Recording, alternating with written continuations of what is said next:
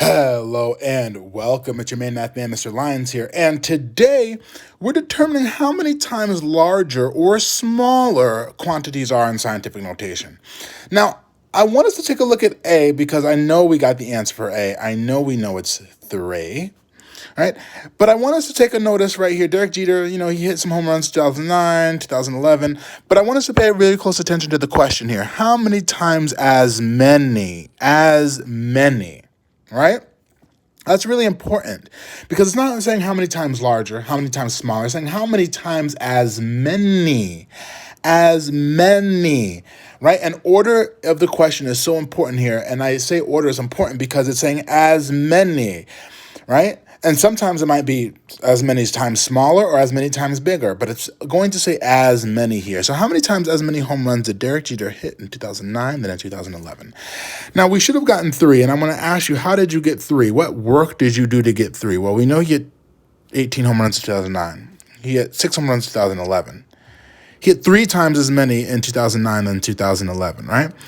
But how did you do that? You did division, and it's important that we write the division out. We have the year of 2009. Notice that the order here divided by the year of 2011. The order is so important today. The order is named. As a matter of fact, at the top of your paper, write order, right? Order is so important here because in 2009, 18 home runs were hit. And in 2011, 6 home runs were hit. 18 divided by 6 is going to be 3 times as many, right? 3 times as many. Right? And you just write it in the order. He hit 3 times as many home runs in 2009 to 2011.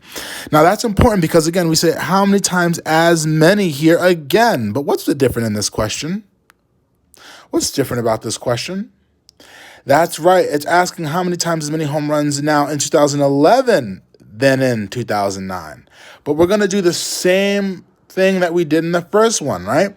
We're going to write out our comparison. It's saying the year of, look at the order, 2011 compared to the year of 2009. Don't judge my handwriting, right?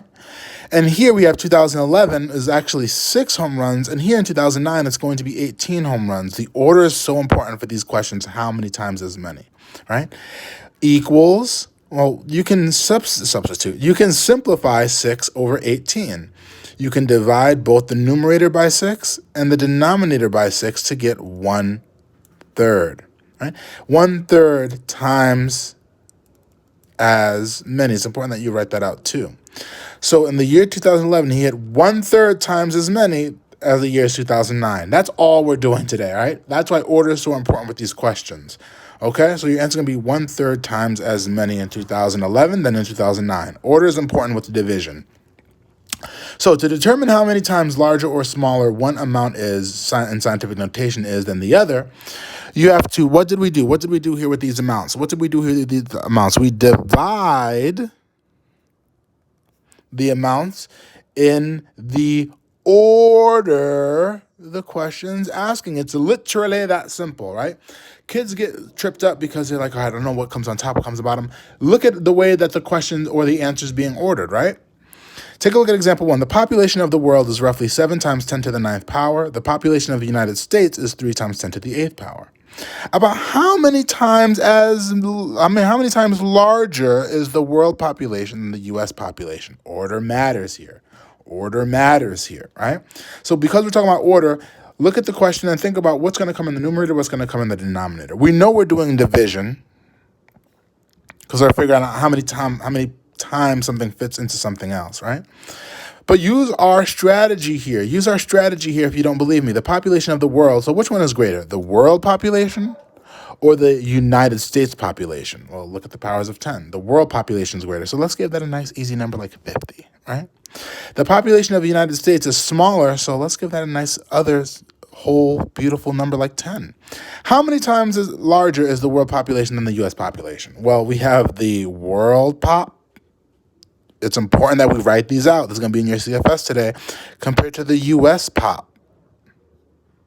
Well, if you're using our beautiful number strategy, well, 50 divided by 10, right? The world population is 5 times greater than the US population, right? Just we're echoing, I think that's what you're calling ELA. You're echoing the question, right? But that's the easy number strategy here.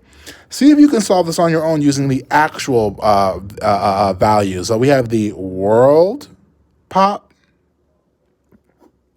we have the US pop, right? But instead of 50 and 10, we actually have 7 times 10 to the 9th power, and we have 3 times 10 to the 8th power. Now, I feel like we did this the other day. You guys know how to divide in scientific notation. What do you do when you're dividing in scientific notation? You divide the leading factors, and then you use your quotient rule to divide the powers of 10. Well, I know 9 minus 8 is going to give me 10 to the first power. And 7 divided by 3 is actually 2, not 2.3, not 2.33, 2.3 repeating. Or you could do 2 1/3 times 10 to the first power, right?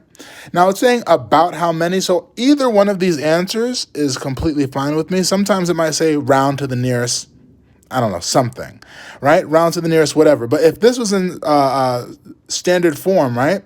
2.3 repeating times 10 to the first power.